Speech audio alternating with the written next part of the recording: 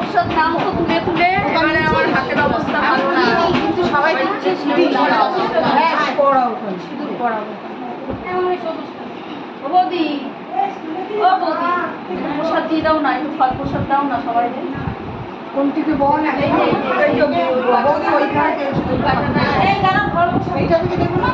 এটা নাও, নাও সবাইকে দাও। আর যে বাটা আছে এটা আর ওইখানে দেখো ঠাকুরের সামনে দেখেছি গোলাই রয়েছে আমাকে আর ওটা চাল মাখা কেউ খাবে না।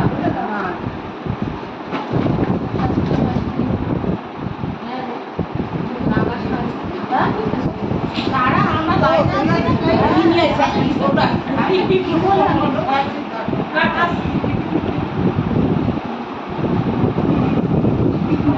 এসে